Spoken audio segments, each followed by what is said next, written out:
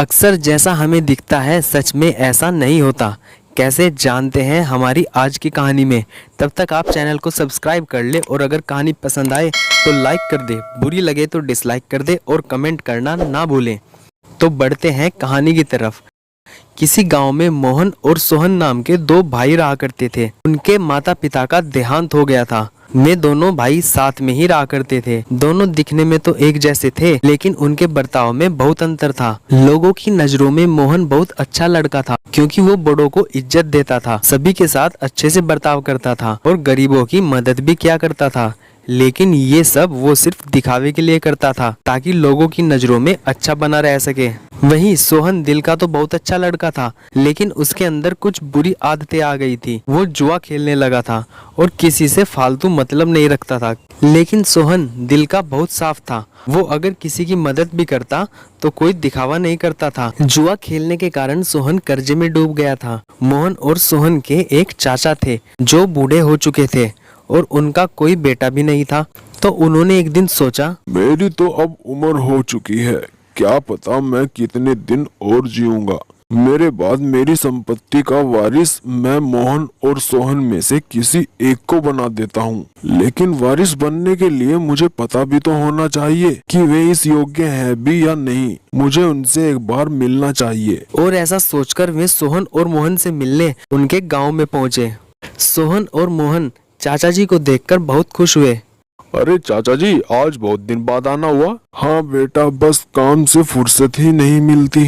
चाचा जी के समझ में नहीं आता कि अपनी संपत्ति किसे सौंपी जाए जो उसका सही उपयोग कर सके। चाचा जी गांव के लोगों से पूछते हैं, अच्छा एक बात बताओ, ये सोहन और मोहन दोनों भाइयों में से कौन से भाई का बर्ताव सही है?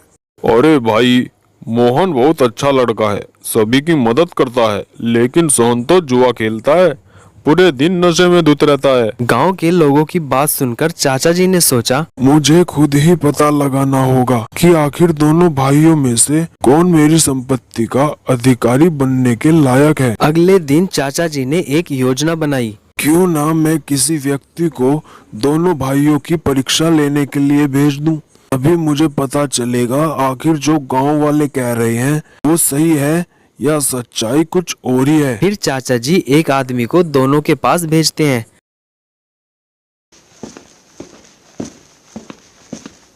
आदमी पहले मोहन के पास जाता है। भाई, मैं अनाथालय के लिए चंदा लेने के लिए आया हूँ, तुम क्या कुछ दान देना चाहते हो? मोहन गुस्सा करते हुए बोला, हमारा दिमाग तो खराब नहीं हो गया है? मैंने क्या ये दौलत चंदा देने के लिए कमाई है? चले जाओ यहाँ से। आदमी वहाँ से चला जाता है और सीधे सोहन के पास आता है और अनाथ आश्रम के लिए चंदा मांगता है। सोहन उससे कहता है, भाई मैं तो पहले ही कर्जे में डूबा हूँ, मैं कैसे तुम्हें कुछ भी दे सकता हूँ? मेरे पास तो एक फूटी कौड़ी भी नहीं है, लेकिन मैं वादा करता हूँ कि अगर तुम्हें जरूरत हो तो मैं आपके अनाथ आश्रम में साफ सफाई का काम कर सकता हूँ। मैं अभी तो केवल इतनी ही सेवा कर सकता हूँ आपकी। आदमी बिना कुछ बोले वहाँ से चला जाता है और सारी बात चाचा जी को बताता है। सारी बात सुनकर चाचा जी को समझ में आता है कि मोहन सिर्फ दिखावे के लिए अच्छा बनने का नाटक करता है, लेकिन वास्तव में सोहन एक अच्छा इंसान है। और चाचा जी अपनी सारी संपत्ति सोहन को सौंप देते हैं। तो दोस्तों, हमें कभी फालतू का दिखावा नहीं करना चाहिए। हमें दिल से अच्छा होना चाहिए, ना कि बाहरी दिखावट से।